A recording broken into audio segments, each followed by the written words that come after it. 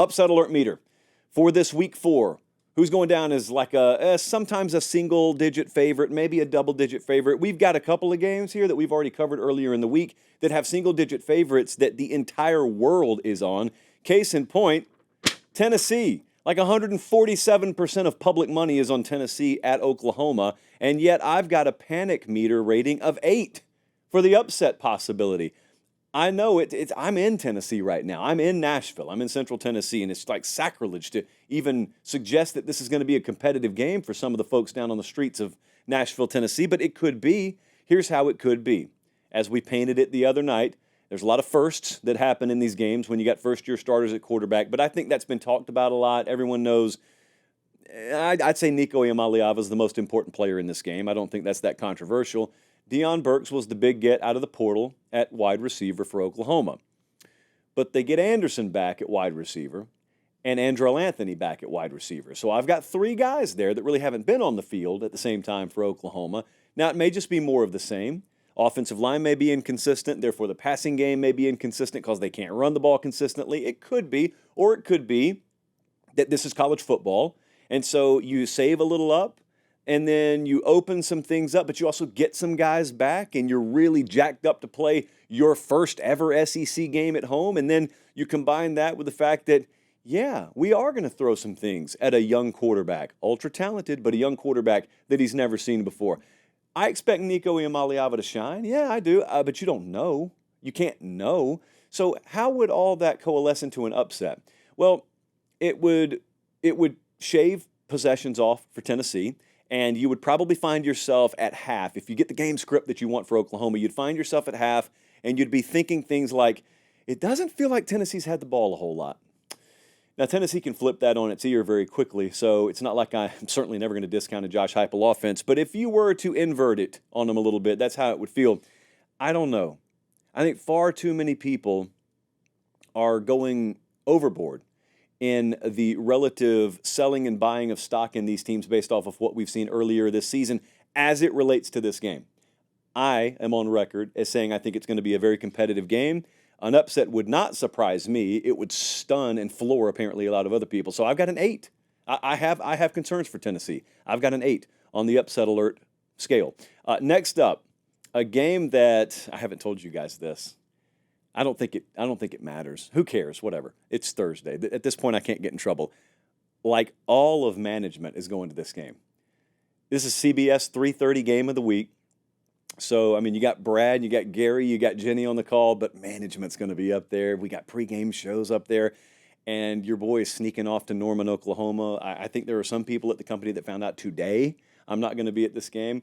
So if you see management, tell them we said, hey, let's be classy, let's be civil, let's have some decorum about ourselves. But what about the game on the field? USC is favored by 5.5 at FanDuel right now at Michigan. I picked Michigan to win the game. How many, I know we don't watch all the shows, Jesse. Have we seen anyone else pick Michigan outright? Are we aware of a very noteworthy prediction of Michigan money line? I haven't seen one, and I know good and well when I've seen all the USC hype videos, I'm the only one that they're looking to dunk on. Of course, those videos get deleted the moment you actually lose if you do, and none of those folks remember we picked USC to beat LSU in week 1. All of our equity has evaporated. I got a 9 on this one, obviously, because I think the outright upset is very much in play. This is another situation, just like Oklahoma, where I've got a very, very proud program who is foundationed in defense, kind of with a back against the wall mentality at home. And the line's under a touchdown, and all the energy publicly is USC, which I get. I get it. Totally get it. I buy into USC, actually. I also want you to know, not only do you have D'Anton Lynn as the new defensive coordinator there, he gets an extra week. They're coming off a bye week. It's a 2-bye-week year, so USC had an early bye. Michigan did not. I'm not sure Michigan wanted a bye. But USC, now they do have to travel further than most of them have ever traveled before, for whatever that's worth, but it's coming off a bye week. If it's a matter of physicality, let's say if Michigan gets to turn it into that kind of game, well, then I don't really care about the rest so far because a physical edge is a physical edge. If you have it, you have it. If you don't, you don't. But Alex Orji being quarterback now, starting quarterback for Michigan, as I said the other night, kind of removes, let me back up, it should remove a lot of the guesswork about what Michigan is. But here's the thing. This is a Kurt Campbell game, the offensive coordinator for Michigan. This is his game, kind of. I know Alex Orji is going to be the one on the field, but you've known what your situation is behind the scenes for a while up there. I'm not at practice every day, but you are, and you're the offensive coordinator at Michigan. So you better have a really good plan here. I'm banking on that. Like I may be called a fool afterwards, but I'm banking on them having a really good plan here. But Alex Orji has to give them enough in the pass game. Garrett Nussmeier had 6 completions of 15-plus yards against USC. So you should be able to find something. Doesn't have to be 350-plus through the air, but it needs to be something. I think that there is upset potential here. So I'm going to put a 9 on that. Now, this next one's a little more low profile, and there's a really, really weird fact about this one. Georgia Tech is at Louisville this Saturday. Louisville's favored by 10.5. Do you realize this is Georgia Tech's 5th game, and it's Louisville's 3rd game? Because if you played in week 0 and you're facing a team that's already had a bye, yes, that is possible. Georgia Tech, 5th game against a team that's played 3 here in Louisville. Played 2. This is their 3rd. I think Louisville's legit. I think that I like them a lot. I think I've got them in the top 15 in the JP poll. However, I can't know because they've played Austin Peay and they've played Jacksonville State. They've got a trip to Notre Dame on deck, kind of the game of the year for them. It shouldn't be a look-ahead spot because you're coming out of a bye that should negate that. But there is a lot that's still unknown technically about this team. Therefore, I'm putting a 6 on the upset alert scare meter here. I still think they'll find a way. Like, I like them to win and cover, but Georgia Tech is far more tested. They've gone to Ireland to beat Florida State. They've been on the road at Syracuse, lost a really, really close game up there. Haynes King is a 76% completion guy so far this year. That's 5th best in FBS. Georgia Tech, 180 rush yards per game. So Georgia Tech, more battle-tested. Maybe the tougher team. We'll see. I don't know how you quantify that necessarily, but we'll see about that. They are good and experienced at quarterback. They are really good just in general offensively. It's a good offense. It should scare me a lot more than it does. Not sure why. I've only got a 6 on this. I think Louisville coming out of a bye will look good, and I think they'll validate what we think about them. Fingers crossed. That's what we're hoping for. The next one I've already put money on. So Kansas State plays Brigham Young this Saturday. It's a Saturday game. I got a 9 for the upset alert scare meter because I think Brigham Young has a decent shot to win this game outright. They've got third. They're 3rd in the country. Brigham Young's offense, 3rd in the country in explosive play rate right now. Kansas State's pass D is 93rd in the country. It's an early season so far. So a lot of those stat profiles are warped. Therefore, 86th or 93rd or 102nd, whatever, they've struggled. Just put it that way. Tulane lit them up through the air. They've struggled. Kansas State, I watched the totality of their game last Friday night against Arizona, and if Avery Johnson is called on to have to throw to win a game, I don't trust it.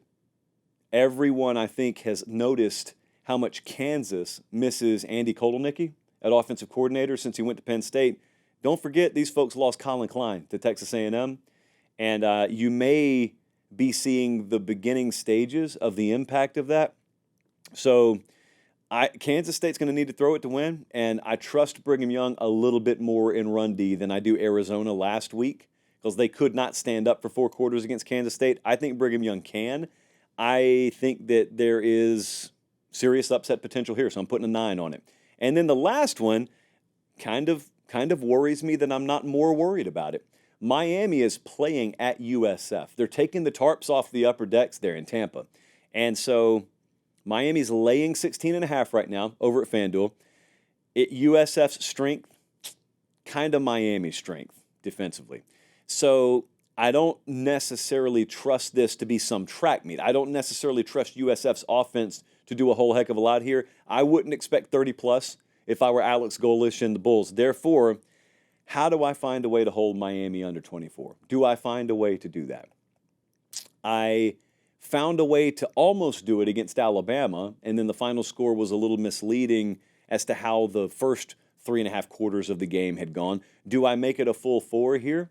Is it the same profile game as I played against Alabama? They, USF being they have forced 5 fumbles. Can you make Miami do that? That's not a stat category that I can predict. Can you make Miami do that? Or is there just some of the parts that at the end of the game has them in play and you're like, I'm not necessarily sure how they've done this? There is no real edge they have. Alex Golesh, man, he's just got him in play. 5 years from now, when Alex Golesh is a head coach at a major program, you'll look back on games like the one at Alabama 2 years in a row and say, man, remember when Golesh, who is a star now 5 years down the road, remember when he even did this stuff when he was at South Florida? And what I'm asking is, will this game be a part of the stories that you tell about when he was just at South Florida? I'm only putting a 3 on it because the model loves Miami this weekend, but I got a lot of respect for the staff over there at USF. So those are the upset alert games I'm looking at. I got 2 9s on the board there. Michigan and, USC's the favorite, and Kansas State the favorite. So Tennessee, I got an 8 on. We'll see.